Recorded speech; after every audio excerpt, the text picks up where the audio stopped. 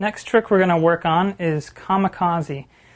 This is a really cool trick. It's a longer trick. We've broken it into 3 segments for you guys. Some of the maneuvers in it are a little bit tricky, but we're going to break it down and we're going to step through it. Let me show you what the whole trick looks like first. Kamikaze looks like this.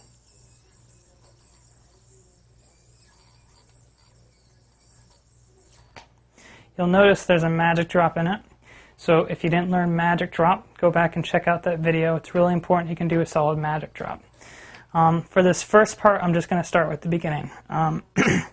The first part, you start with something called a Houdini catch. It looks like this. The reason it's called a Houdini catch is it's over your thumb and then your pointers. And if you do it as you catch, it just drops, unless you catch both strings.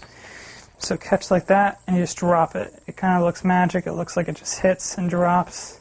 It's kind of a cool looking move. But in this trick, we're actually going to hold on to that loop. So it goes over your thumb first, comes around, and then you hit into what looks like a double or nothing, with the exception that you went over your thumb. The next step is you're actually going to pop the yo-yo up into the loop that your thumb's holding. So it looks just like this. It pops up into that loop, just like so. Let me show you from this side what you're doing.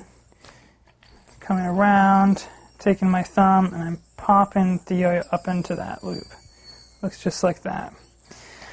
From there, you're going to be in this hold, and that's the first step. To get out of it, just drop it out. It shouldn't really get into a knot.